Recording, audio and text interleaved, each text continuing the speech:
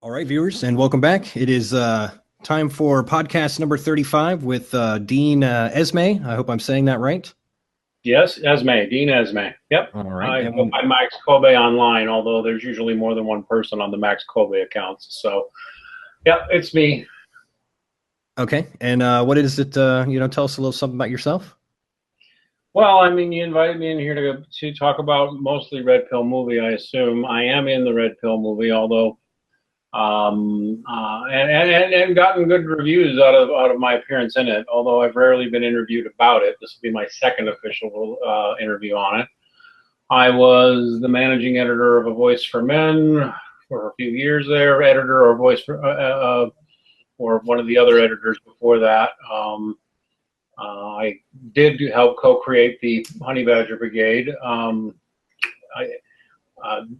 at the time this movie was filmed, it's very interesting to me because it's now been 2 to 3 years since any of the event in the film were filmed, so a lot has changed since then for me, for others, for the various groups that were involved. But I was very heavily involved in that men's rights activism for some time. And before I had had any involvement with the Badgers or A Voice for Men or any of that, I had been doing serious work as best I could on my old blog. I used to work with a group called Stop Abusive and Violent Environments in Washington. Did a brief volunteer stint at something called the Domestic Abuse Hotline for Men and Women. So I've been interested in men's issues and I've been interested in men's issues going back at least to the 90s, if not earlier. So that's me. And I'm in Red Pill movie as Dean Esmay, the long-haired chubby guy that everybody makes fun of. That's me. Okay. Before we get any further, I Googled your name, right? Because this is the internet and that's what we do. You worked for Huffington Post in 2012? I published a couple of things on Huffington Post until they discovered that I was also working at A Voice for Men, and they immediately terminated my arrangement with them, which is too bad because the columns I had written, especially the one on Doctor Who, did very well. In fact, I suspect the producer, Stephen Moffat, actually may have read it, or somebody on the show did. But anyway, yeah, that was a very brief stint, and I hadn't published anything controversial. But, Huffington Post didn't want anybody who was critical of feminism, even if I wasn't criticizing feminism there. Right. Triple parentheses Huffington Post, right? Yeah. And it's nothing new. I mean, I was a big-time blogger at one time back around 10 plus years ago. I had one of the most heavily trafficked blogs on the internet. I remember when Huffington Post was born. So, but yeah, HuffPost pretty censorship-oriented. They only want one certain party line point of view over there. That's the nature of things these days, I guess. Well, unfortunately, but here we are on the we're on the free speech platform now, so as long as everybody keeps it that way, I think things will be all right for the people. Let's just say things will be all right for the people. The corporations, the narrative corporations, however, they can I think pretty much just I don't know, die. And if I ever had a time, I could unwind and talk to you about what I remember, what blogs and blogging used to be before Huffington Post and Daily Kos came along and kind of buried it. Facebook helped too. But yeah, I've been around. I mean, I used to be a pretty well-known pundit in the Washington circuit. I didn't spend much time there, but I wrote a lot of things that were influential in Washington. I still have on Twitter a surprising number of pretty influential followers from that era. So I had just lost my interest in Washington politics about 6 years ago. So 5 years ago. Huh? I do not blame you at all. Yeah, about a year before the 2000, so about 2011, I just said, I had a number of experiences, but I just said, you know what, forget it. The whole thing in Washington's a cesspool. And I turned to other things, and that's when I got serious about men's issues. That's what attracted me to A Voice for Men and the men's rights cause. I had worked on and off on issues like domestic violence and divorce law and stuff like that before that, and had never seen any real progress. And these guys were loud and brash, and it put me off at first, but the more I looked, the more I realized I thought they were doing the right thing. And it's really funny, although I'm out of it now because I really don't like the way people have changed the direction of the movement or the direction they've chosen to keep going in. But I am pretty proud of it, if nothing else, because Cassie J's movie came out. And that's a phenomenal film. Everybody should see that. If I could say that my only accomplishments as a men's rights activist is that I helped make sure that film happened.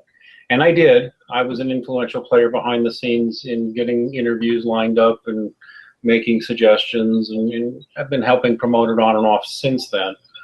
If I were to capstone that and say that was the whole reason I did it all, so people would see that movie, I'd be happy. It's a great movie. Now, I'm not going to sugarcoat this any, but I have personally not seen the Red Pill movie. However, that's just because mostly time constraints. And the other thing is it might seem a little bit unfair, but I probably am aware of most of the things that are in that movie. A little pretense. I've been on 4chan for like the last 10 years. So I've been following this type of stuff for, way before it was mainstream. As far as men's rights go, I'm pretty pro men's rights. I see I see all the issues there. But yeah, that's pretty much it. Before we go further, do you maybe want to clarify something? What do you feel about women's rights? Like, are you like, you're like, oh, he's men's rights, so he hates women, right? Like, you want to debunk that maybe? Oh yeah, right. Okay, yeah, I supposedly hate women. No, that's nonsense. And the women I worked with would certainly, even though I don't get along with a lot of them now, it wouldn't have been over sexist issues. It would have been over other issues. One of the reasons I helped create that old Honey Badger Brigade was so that we could start highlighting all the women. Highlighting all the women who were involved, so people could stop with the sexist lie that we didn't like women, or that no women supported what we were saying. They all did, and we had plenty of other women besides. If you ever bothered looking at the men's rights message, while you would of course find intemperate remarks about women, in general, if you ever bothered really talking to anybody who was in the movement at that time, hatred of women's not on the radar, or wasn't. But again, I will emphasize, though, that I am talking about the period of 2 to 3 years ago. I've seen real changes now, and there are some women and men who are still kind of flying on that tag who do have kind of a hateful attitude, either toward men or toward women. It's gotten kind of nasty the last couple of years, and I don't like anything I see now. But when I was in it, and the people I was working with at that time, no, we believe in women's rights. We believe in men's rights. Some of us were kind of egalitarian, but more of us were more like pragmatists, right? In other words, of the attitude that we don't need the government to push women into or out of the workplace. We don't need to push men into being stay-at-homes. We just need to let people make their own decisions about what they want. That was our core message. And then other than that, it was more or less, men have nothing to apologize for being men. There's lots of great things about men. So yeah, I mean, no. Some of the best people I ever worked with were women. And, I don't know what else to tell you. Find me what it is we advocated that would be harmful to women. You can't find it. But the closest you can get was that we would confront people on the fact that women get off easier with bad behavior, especially not just in the family courts, but in the criminal justice system. They simply do. It's a statistical, undeniable fact. That makes people think you're anti-woman, maybe, but no. I mean, one of my closest people who was helping me was my wife, and my ex-wife was supportive. So what does that tell you? I mean, my ex-wife was at the International Conference on Men's Issues in 2014. My wife and my ex-wife were both there and enjoyed it. So I don't know what to tell people who say we're anti-woman. Yeah, I just wanted to get that clarified so that when the inevitable comments roll in that, of the baseless accusations, I can just respond with a timestamp. Okay, so red pill me, if you will, on the red pill movie, as someone who hasn't seen it. Well, I'm actually surprised you haven't. I would urge you to see it. I think everybody should see it. Feminists, non-feminists, one of my war cries is that religious people and religious conservatives especially need to see it, because people tend to instinctively recoil at it. But if you watch this film, you're going to see things in a new light. And I think whether you're highly conservative or not, whether you're religious or not, you should be able to gain great insight. The movie is very well done. It does, chronicle Cassie's own development to some extent, as she goes in as a feminist and she comes out not one, which was a tough transition for her. And it's a tough transition for a lot of people. It's like giving up religious beliefs. It's really hard. But the film I could find no inaccuracies in the film. I could find no moment that I felt anybody any person was done an injustice by the filmmaker. I understand that Cassie will soon be releasing, she's got hundreds of hours of footage apparently, so she'll soon be releasing more of it. And I hope people watch it, because I know there's a lot of interesting stuff she left on the cutting room floor. It's a good movie, and it doesn't hammer a point home. It just shows you what it shows you, and you make your own decision. But I think if you come out of that, you will stop ever believing again that women are perpetual victims and that men are their brutal oppressors. That's just a nonsense claim. It's always been a nonsense claim. It was a nonsense claim 50 years ago. It would have been a nonsense claim 200 years ago. It's just a nonsense claim, because the gender dynamic between men and women is much more complicated than that. And you cannot, you can't have rules on women that don't impact men and vice versa. So what you would see through history is that women tended to have fewer direct overt rights, but more privileges. Less freedom of motion, but more protection, provisioning, and so on. Even old systems that tended to sound like they were oppressive of the women often had real advantages for women. And that's because, again, you kind of can't make a rule on one sex without it impacting the other. And if we're going to be discussing sex, if we're going to be discussing gender, and where women need help or whatever, that's fine. But at some point, society is going to collapse if you don't turn around and look at what you're doing to men and where they're affected. And in fact, I'd go even further and say, and this kind of comes out in Red Pill movie too, if women kind of don't appreciate what men do for them, or what men sacrifice for them, men may just stop wanting to do it, which is where you get into the MGTOW and stuff like that, the men going their own way that you find, nothing to do with women and all that. So yeah, no, see the film. You can stay as hardcore right wing or even left wing as you want.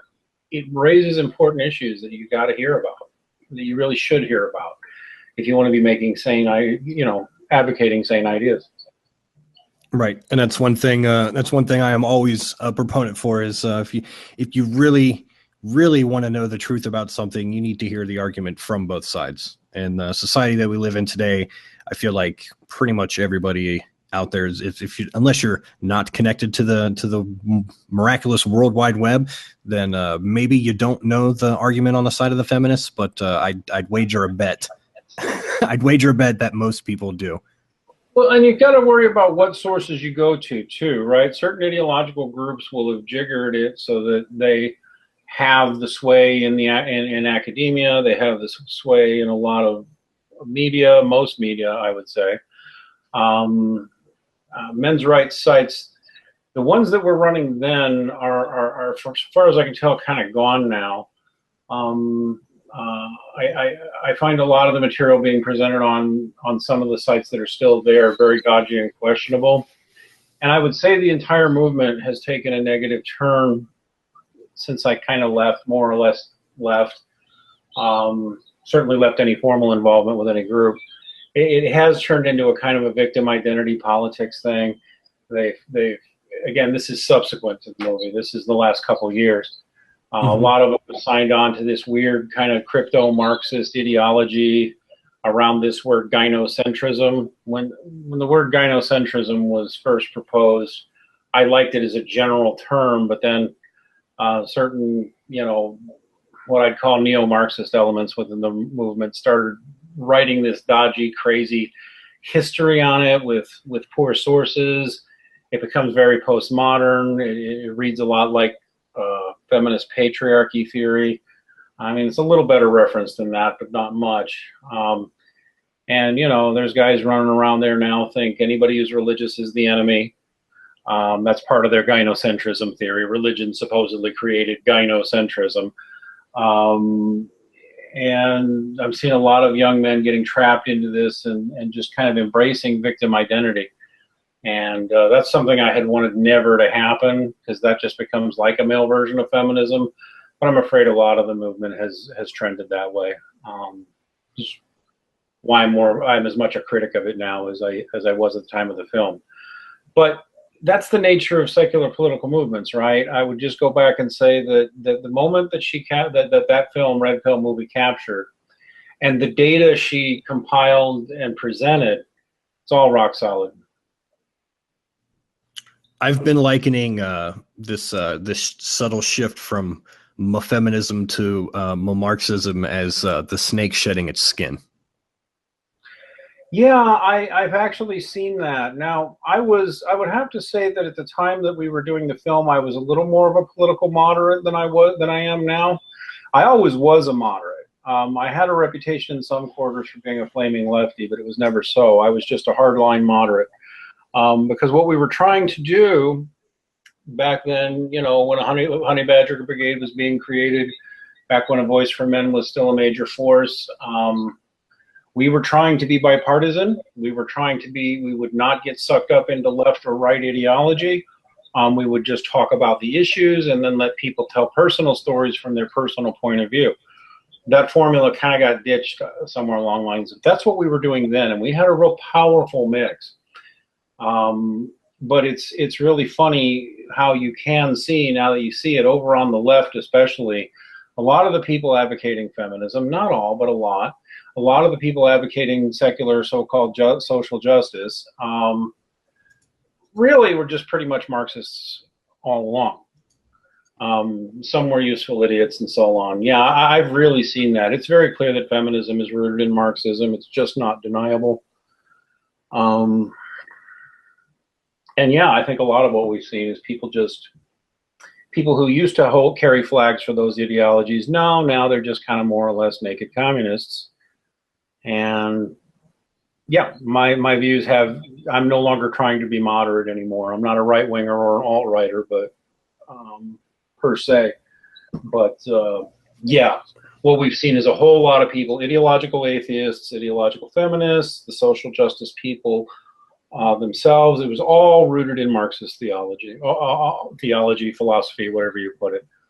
And a whole lot of these people, yeah, they're hard communists. They don't admit it, but it's pretty clear that's what a lot of them are over there on the left. Not all of them. One of my big prayers for the United States, at least, as well as others, is that the left has a purge of these people and brings back the sensible liberals. I just don't know if that's ever going to happen. I think they're out there. Like I said before we started the stream, most people are busy with their day-to-day lives, work and families and whatnot. Plus, at least from what we see from like YouTube, there's a lot of like more popular YouTubers who keep coining, I'm a classical liberal and blah blah blah. It's like, well, I personally don't think there is a classical liberal anymore, because the political spectrum changes so much. You're actually more of like centrist libertarian now. But I digress off that anyway. No, I don't think you're wrong. I've wondered myself about classical liberalism. One of the reasons I do the atheism thing now is because I'm pretty convinced you can't be an activist atheist and a classical liberal at the same time. It can't be done, because religious tolerance is one of the requirements to being a classical liberal. And that's been ditched by many so-called liberals. Religious tolerance, fuck that, screw your Sky Ferry, get out of here, we don't want to hear what you have to say. That's what a lot of these people, so-called calling themselves classical liberals, are talking like now. It's like, well, that's not liberal at all. There's nothing liberal about that attitude whatsoever. But that is part of how I made the transition to talking about atheism instead of feminism, at least movement organized atheism. But again, that's a new development since Red Pill movie was filmed. So, actually, so you would consider yourself a men's right activist, right? Like an MRA? I certainly would have when the film was filmed, and I still keep in touch with people who I consider real men's rights activists. That is, people who are actually doing something. Boots on the ground people like Dan Perrin, goes by Danny Boy online. He's up in Canada. He's awesome. Another Canadian goes by Because I'm a Boy. I really like his work. No, but I can't say I'm an activist anymore because I don't do activist work. If you follow us on Twitter, even though the feed is not mostly about that, but if you follow Max Kolbe Group on Twitter, you'll find we are a group of Christians on there, and we are quite interested in the men's issues because we think they fit very well with Orthodox Christian thinking. Maybe not all your evangelicals, but certainly the way we see it in our group. And actually, one of our goals is to promote that movie to religious audiences because we think more than secular audiences can benefit from it. But would I still call myself an MRA? I can't. There's too many of these pseudo-Marxist loonies running around with Allison Tiemann and Peter Wright's batshit gynocentrism theory, and they whine just like feminists. With their own batshit crazy ideology that's not rooted in reality either. So I stay away from the MRA label now because I don't like all the people involved in it. But I can say I do still advocate for these things, and I was a big player in it for some time. Do you not like the people involved in it, or do you just not like the direction it's going? I don't like the direction it's going in. Yeah, I've become disillusioned with some of the people I used to admire. They're quite aware that I don't of what I think. I don't know if I want to get into a soap opera, argument over it, but religious bigotry is a serious problem, and it's one none of them wants to seriously address. And that is the reason, a lot of these people, I don't even particularly want to talk to them anymore unless they want to apologize or something. The movement has suffered because it is stayed so rigidly secular. They're actively hostile to anybody who's at all religious. And when I was there, I had told people many times, you cannot have a credible human rights movement and not include religious groups within your discussions and your plans. You can't have one. Anybody who's ever tried to do a so-called human rights movement and exclude the religious has always turned into something oppressive and evil and ugly, or just fallen on its face. The allegation then came out that I had turned into some kind of fundamentalist, which is utter nonsense. All you have to do is talk to me or look at our group. There's not a fundamentalist in our group. Or that I was trying to turn the movement religious, which was another lie. It was always just, no, you have to welcome them in. They have to be part of the conversation. Yeah, it's just common sense. Like, I mean, yeah. You know what I mean? Like, do I even need to explain why that's common sense? Like, come on. Well, exactly, especially if you can identify religious groups who are open to 90 to 100% of what you're saying. There'll always be frictions. The abortion issue is always going to be contentious, for example. But even among the Christian MRAs I've worked with, gay rights wasn't even that controversial, until it became the extraordinary hyper-aggressive gay rightes thing that we're seeing nowadays. Yeah. Where they tell you that you have to be gay. You know what I mean? Like, you're homophobic if you don't have sex with another man. Like, what? That doesn't even fucking make sense. Right. You're homophobic if you think there's something wrong with walking around in a gay parade, actually buggering people, and fully naked and masturbating on the streets and having kids watching that and even dancing to it. And really, and treating anybody who had doubts about things like trans, doubts about, Are you really born gay? Any doubts at all about any of it, you're going to be hated, which is absurd. And then, yeah, I've even talked to more than one person now, young men as well as young women, pressured into gay sex they didn't want, just to somehow prove their personal liberation or their, their dedication to the cause or whatever it is, more or less pushed hard into gay sex and, made to say they liked it even though they privately said they didn't. There's a lot of that going on in gay circles and general LGBTQ whatever circles, of really mistreating people who just don't want to be part of it.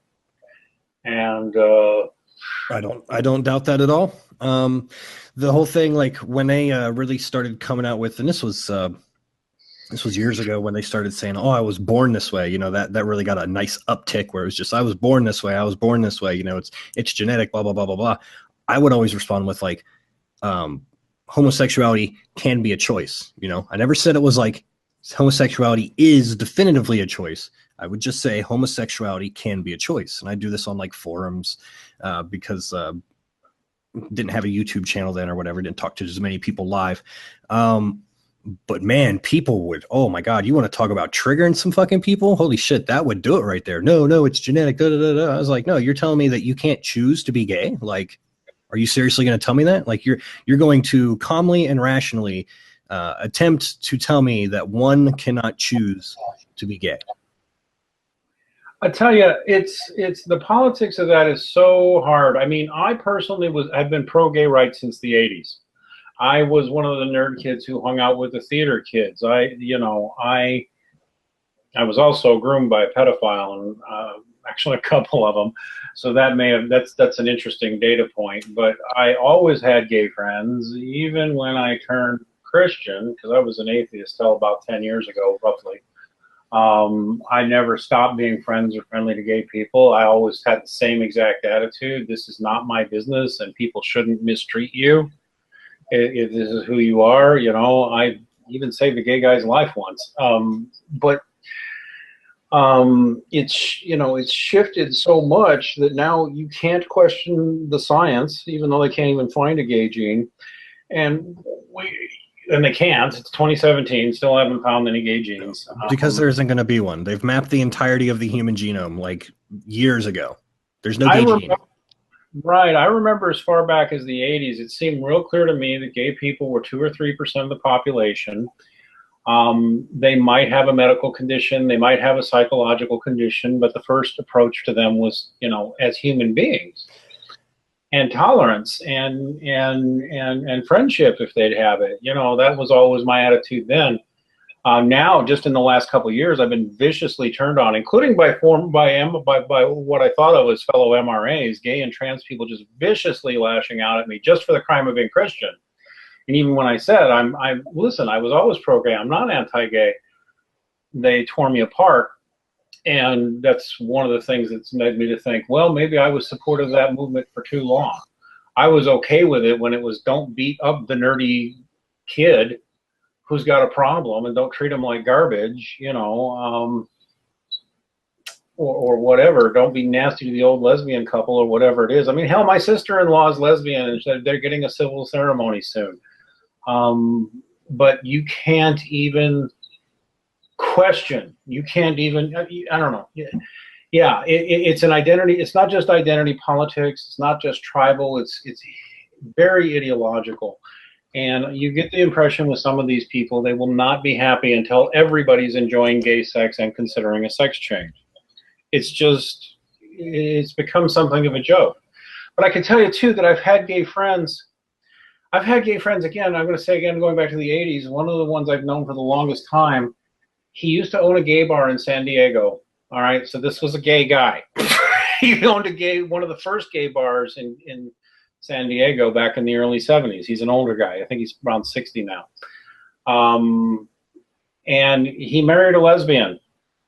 And they're happy together. They're happy together, and they're out of gay rights politics because they can't stand the politics. Oh, I'm sure they get railed against. Well, if they open their mouths, so they don't open their mouths, they will often not even self-identify. And it's like they have a normal man-woman relationship, and they don't want right-wingers coming in and trying to use them as aha proof you can cure this. You know, they don't want that either. Yeah, because that's They not just what want that to be is. left alone. They just want to be left alone. Which is what I say. That's what I say, man. Boils down to most people in this world. Like that's why when I say I'm centrist, I say I'm libertarian leaning centrist because I love my favorite thing about libertarianism is like you do you, I'm gonna do me. You know, let's fucking get along. When you leave my presence, as long as you haven't harmed me in any form of way, we're cool. You know what I mean? You want to go you want to be gay, you want to be straight. Hey, you want to go breed? You know what I mean? That's fine. Go breed, have babies. You want to go dress up in assless chaps and do things that I might personally think is weird? That's fine. Go do what you want to do. However, when you like start to infringe upon my right not to like do that, then we have an issue. You know what I mean? Well, and it gets deeper than that. I'm going to guess that you don't have kids. Nope, I do not have kids. And that's where the issues of let's call it alternate sexuality. That's kind of where the rubber hits the road because what you educate people in is really what you indoctrinate them in. Because that's actually what. Yeah. Well, it's really, if you look up the word indoctrination, it means to teach or to be taught. A doctrine is a teaching. Indoctrinating is teaching you the teachings. Right. I look at it more of like the common man's social aspect. Like indoctrination has that like that malicious tinge to it. You know what I mean? Education is more like. But in fact, if you went to government schools, especially up in Canada, oh my God, I had no idea the secular schools were this bad in Canada. But it's also in a large parts of the United States now. You will be indoctrinated with an ideology. The question is what you'll be indoctrinated in. Certainly, for example, what you'll be taught on gay, on alternate sexualities, LGBTQ, whatever you want to call it, will be ideologically based, not really science based. And that's one of many areas where you'll see it. I find that, yeah, we're moving increasingly more and more toward you don't have to just accept, tolerate, even love. That ain't good enough. You've got to embrace, you've got to celebrate, and maybe you've got to participate yourself. I remember one thing I wrote for the Good Men Project. I only ever wrote one thing for the Good Men Project, but it was surprisingly well received. It was simply an article. I'd have to go out and find it, but it was basically, all it said was, I want to tell you something, young man. You don't have to have sex with anyone if you don't want to. You can choose to go without sex your whole life. You can choose a monogamous relationship. You can choose, to play the field a little and settle around. You can go get freaky with everybody you want. But I said in the piece, a whole lot of men I happen to know actually aren't big poon hounds looking to get laid all the time and wanting to sleep with 50 different women. Everybody's got that fantasy, but a whole lot of guys, what they really like is to be left alone or maybe to have one real nice girl. Mm-hmm. And the piece was very well received, but I remember a whole lot of my friends, even in the movement, were just dead silent about it, like I had just said something wrong. And that's because a lot of people in men's rights circles, there's no secret about this, either are currently or have been very sexually active and tend to like having lots of partners. I could name a few, but it would seem like gossip, but it's all based on things they've said publicly.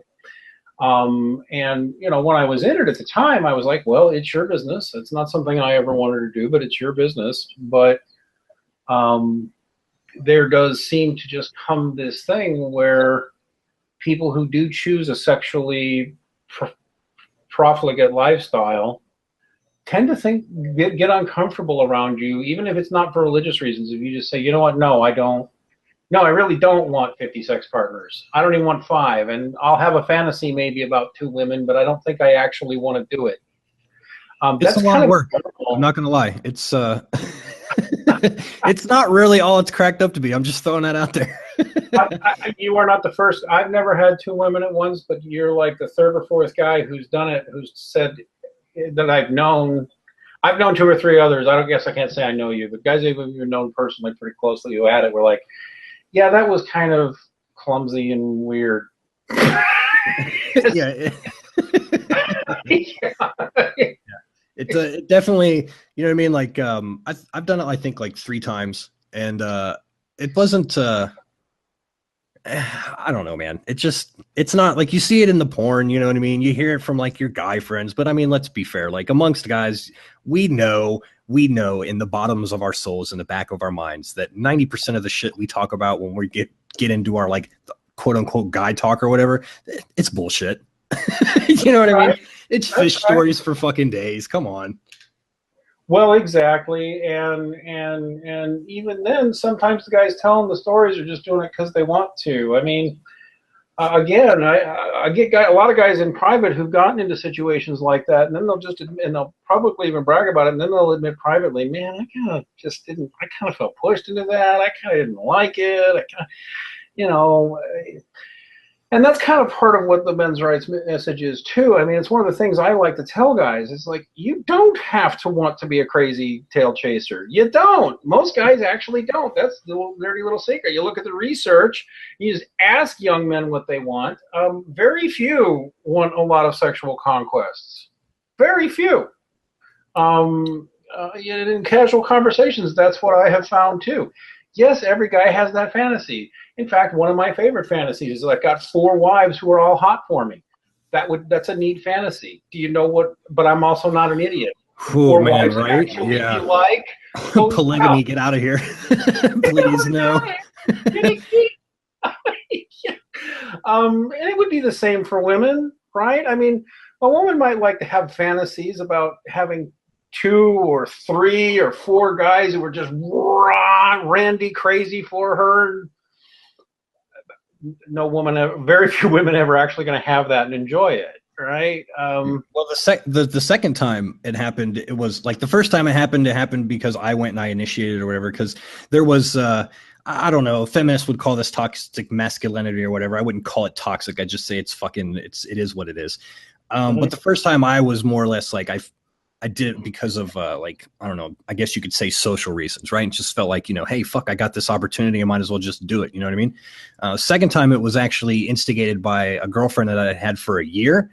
And after it happened, let's just say that relationship didn't last very fucking long after that. Was she maybe more interested in the woman than you were? No, she the complete opposite. She thought I was more interested in the other women, and anytime I would even like talk to another woman or like anything like somewhere I'd look, yes, she was super jealous. And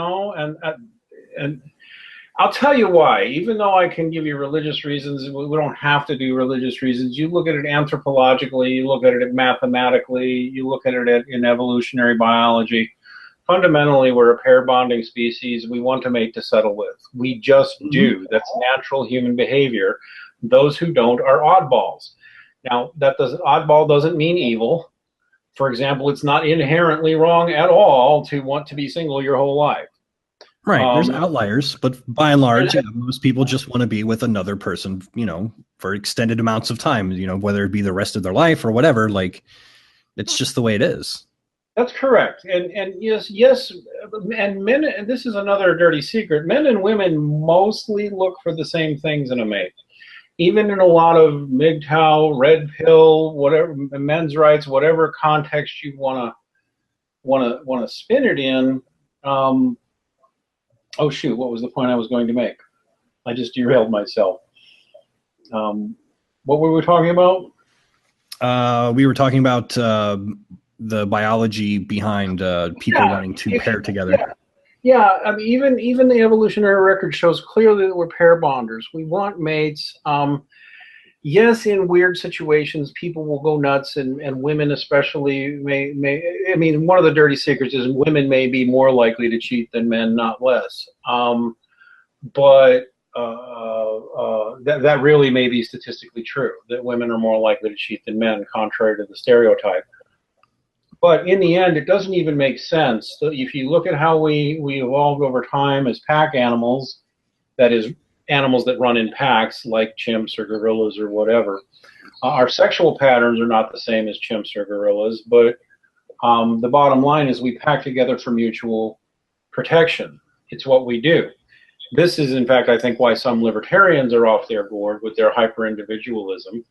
I think they're off their gourd as much as the communists or the globalists are, who want everything collective, and wanting everything hyper-individual doesn't work either. Because once you start to settle down and mating and having children, the whole dynamic changes. And this is also an area where the so-called men's rights movement has failed the last couple of years. They failed on fathers' rights issues because they failed on fathers' issues. They talk about the divorce courts, but they don't talk enough about what fathers need and what fathers' concerns are.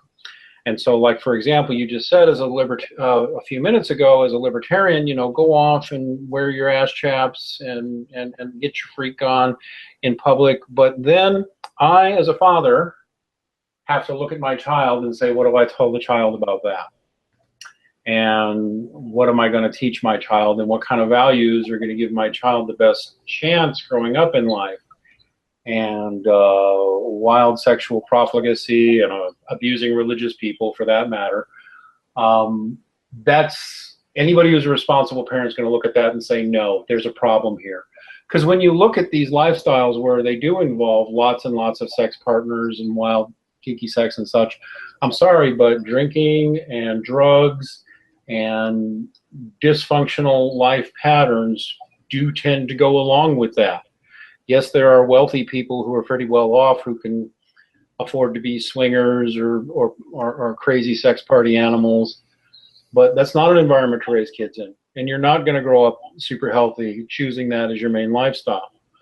And so, yeah, it's easy to be a libertarian and say, I don't care if you think about that, but you know what? I got a kid who's still in grade school. And what are you making of the world there? It may sound old-fashioned, but really, maybe some of you folks need to go back into the closet for the good of society. Because really, we've gone from don't beat up the little faggot. I'm sorry to use the harsh words, but you know what I'm saying. Don't beat him up. We've gone from that, don't beat him up, don't put him in jail, to we've got to just celebrate everything he ever says or does. And again, if you're just an individual, you don't care. But if you're thinking about your kids and the society you're leaving, it's never that easy. And even the most liberal progressives, once they have kids, usually start softening their line on questions like this. Especially once you see, look at those snowflakes in college now. Look what we've turned out. Holy cow. Well, like in the 90s, right? In 90s, early 2000s, that's when like gay rights was really like hitting its stride, right? And yeah, that was actually when they had some valid points to make. Yeah, and I was totally with them. I still hold this exact same mindset of what I said before. You know what I mean? Like, you do you, I'll do me. You know what I mean? But don't tell me what to do. Human beings do not inherently like to be told what to do. That's why that's why I'm on the side of like gay rights. Not so much. I still believe in gay rights, but what it has become now, for the most part, is not. I don't think gay rights. I think it's gay dominance. But with that being said, like when it comes to like gay rights, like you can't tell me what to do if I want to have sex with a man or if I want to have sex with another woman or whatever, you know what I mean? Or if I want to change genders and have sex with whoever I want, you can't tell me what to do. And I agree with that. You can't tell someone what to do with their own life. Now we fast forward to today where they're telling me that I'm homophobic if I don't do these things. Like, no, now see, I agreed with you back in the day when people were telling you what to do. I didn't like that, and I told them that they shouldn't tell you what to do, and I agreed with that. Now here we are, you're telling me what to do, and that's no bueno. You know what I mean? That's where I draw the fucking line. Don't tell me what to do. I stood up for you back in the day. You know what I mean? And where I have to look at it as a father is, and again, I was into father's rights before I was into the generic men's rights. When I look at it as a father, talk to other fathers, it's the same way. It's like, yeah, and guess what? When you want to bring that into the schools, you are bringing an agenda you want to teach my child. You are bringing in an agenda you want to indoctrinate my child with. And if you're not going to make me part of that conversation, maybe I don't want your stuff in my schools, or maybe I'm going to pull my kid out of those schools. And this is the big problem for libertarianism in general. In fact, some of them will say, oh, everything bad ever came from somebody who was arguing for the children. Well, okay, do we ever talk about the children? Because seriously, you can fuck a kid up by making a kid lose his dad. Children need fathers. It's absolutely clear from the science and common sense. Children need fathers as much as they need mothers. Children's lives are messed up without fathers, and fathers' jobs are most often to set limits and say, no, you're not wearing that. No, you're not dressing like that. Hell no, you're not going to that gay club. Whatever it is, that's part of your job as a father. And teaching your kids sensible attitudes about sex is also part of your job as a father. Turn that over to the state. I mean, hell, one of the things that's happening up in Canada right now is they're trying to make it legal to take your children away if you don't if you object to what the schools are teaching them on human sexuality. And the human sexuality being taught is the extreme LGBTQ plus transgender bullshit. People got a right to object to that, again, because now you're not just talking about yourself and what you want to do. You want to teach everybody else about it. And you want your opinion and your opinion alone to be the only allowed opinion. And that's a problem. I probably sound a lot like Ben Shapiro right now, don't I? I kind of like Ben Shapiro. Slightly, slightly less nasally, but yeah. You are imposing a value when you come in and say, you must accept this, and you must accept that it's normal. You must accept that it's healthy. You must accept that it's to be celebrated. You must accept that there's no objecting to it. Now you're indoctrinating with a set of values. It's secular values, but it's values nonetheless. And you're literally indoctrinating because you're asking to be allowed to teach this to the kids, and asking that no dissent be allowed. There's nothing but what you would call indoctrination in that. And so it comes from a place of insecurity, right? Like if I teach my kids this, and I teach, maybe you have a question about it at the end of the day or something, or maybe you'll see someone else teaching their kids in the opposite way, and they're telling you that, oh, you need to teach your kids the way I think you should teach your kids. Well, then, like, naturally, you're just going to want to be like forceful with it. You know what I mean? Like, no, the kids are going to be taught the way I want to be taught because my way is right, and there's no way I could possibly even be wrong on anything. So therefore, if I make all kids taught the same way as mine, I win by default. Well, there's the thing. The civilization is going to hinge on this question. It truly is, and it's going to be. It's a very pressing question right now. The next 10 years are going to tell us a lot. You start telling parents they can't raise their children with their values, that is the stuff of which revolutions are made. That is the stuff of which people take up arms against you as an oppressor. That's the type of stuff that leads to that baby in England who the state just intervened and said that we're going to pull this kid off life support and fuck you. It gets into all that kind of thing, yes. It gets to you losing your kids because you go to church. That shit happens now, too. It's you losing your kids because you objected to the wrong political position. As soon as you put the state in that role, I mean, and so you can't just dismiss it and say, well, if for the children, it's just a slogan, it's just an excuse. No, it's not. If you've got kids, you've got to worry about their environment, their physical safety, their sexual safety. Just what kind of ideology will they absorb, and how well will they be prepared for life? And so, yeah. And this kind of points to what's probably at the root of the problem, which is that feminism is screwed up. It really should never have existed. Men's rights is also kind of a ridiculous concept in the first place, because just as with women, nobody can speak for all women, and just as with men, nobody can speak for all men. You can't, I have positions on the state of Israel and Palestine that are different from other men's, and they're probably not easily jived with each other. I have different opinions on religion than other men, and some of them can be jived with other men and some can't. And it's going to be the same with women. It was ridiculous in the first place to suggest that women were an oppressed victim class.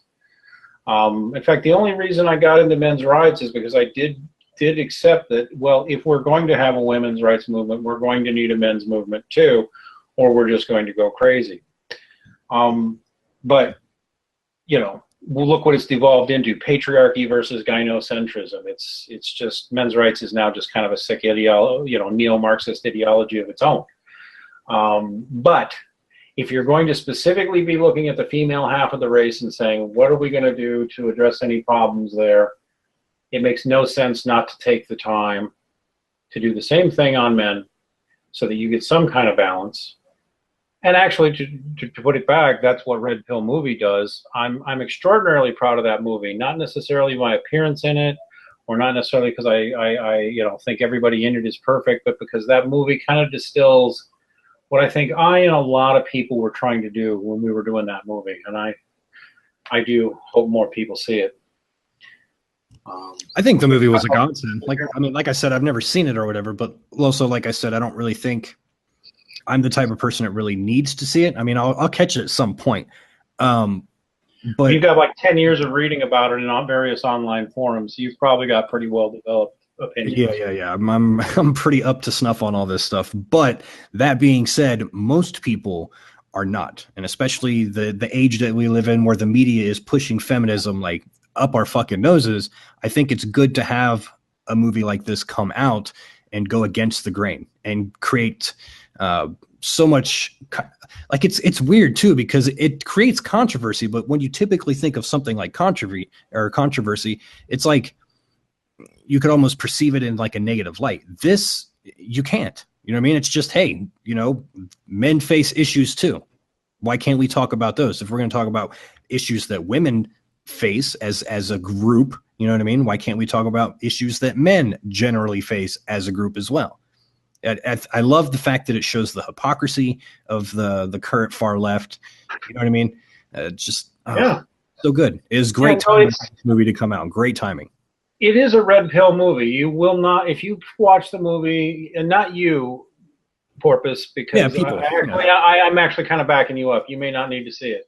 You may not need to if you're already well educated. But if you're not, or if all you've ever done is read Return of Kings, or if all you've ever done is, you know, no, even the guys at Return of Kings who hated us when we were doing, when I was at A Voice for Men, the Return of Kings guys hated us, and we kind of wound up disliking them back. But even those guys went and saw the movie and were like, wow, this was pretty good. And I think so. Even if you think you're educated, maybe not. And yeah, whether you're conservative or liberal, religious or not, I really want you to see it, because it makes conversations that need to happen. And it reminds people of what our brothers and our sons and our fathers, you know, what they face in life. So, hey, listen, I got to go soon. Are we going to wrap up in the next few minutes? Yeah, we can do that. All right. Well, did you have any last question or anything for me? We can do this again too if you want. Yeah, sure. I'm definitely not opposed to that. Last question. Let's see. I had a couple of them actually, but let's see. How do you feel about MGTOW? I have such a divided and conflicted opinion about MGTOW. Right. It has to do with what terminology you choose and what you mean by it. The broad idea of men going their own way, which is to say, walk away from these absurd social expectations, stop caring what people say about you, find your own place in life in this screwed up system, and make your way that way. I'm all for that. I'm not for all the ideological baggage that's come with some of it. Some of them turned it into a cult. Some of them turned it into a lot of pseudoscience. Some of them have turned it into, with some, I think it's a phase, right? That they just go completely misogynist. In fact, it's not too unusual for a man who's red-pilled, especially if he's had a number of bad experiences, to go through a phase, you know, maybe a few months, maybe even a year or two, when he's just mad at women.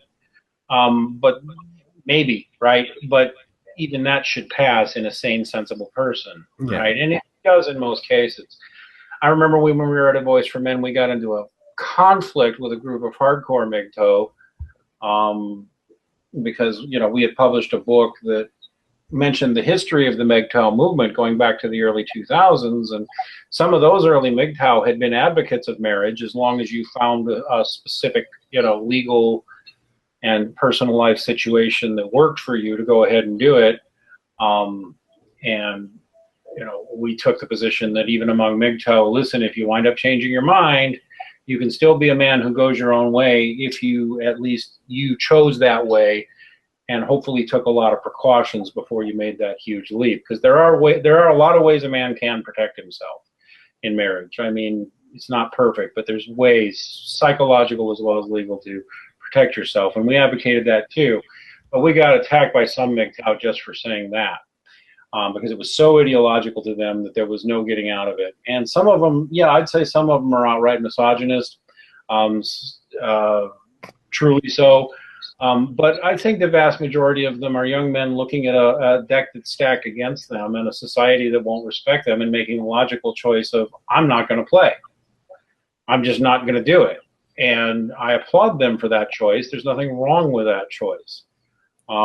I still wish they and others would still, though, advocate for changes in the laws and advocate for the changes in social policies, so that guys who do want to get married or do want to get hitched up can have a safer option to do that.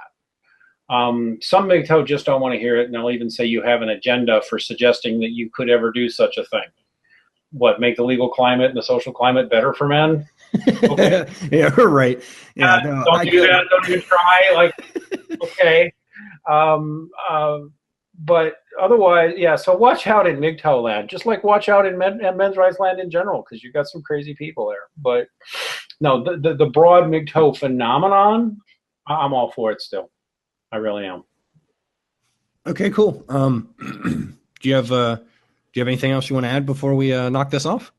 No, I guess not. I will add that please come check us out on the Max Kolbe channel. We do mostly talk these days about ideological atheism, but I haven't, and rabid secularism and its negative effects on society. We are kind of shit posters, but we do a lot of good and interesting, thought-provoking work. Still are supportive of men's issues. In fact, everybody on there's we got like 10 people now on our team, and they're all supportive of men's issues. Even though that's not our main bailiwick, we're all pretty well red pill, at least on these issues. And support us on Patreon and all that. Come on by, say hi. You're always welcome. That's about it. Yep. And anybody that's interested, I'm going to get all of his links to all of his stuff, and it'll be in the description box below. So with all that being said, you guys fucking have yourselves a good evening. That's not a question. That's a request. So we'll see you guys later. God bless everybody.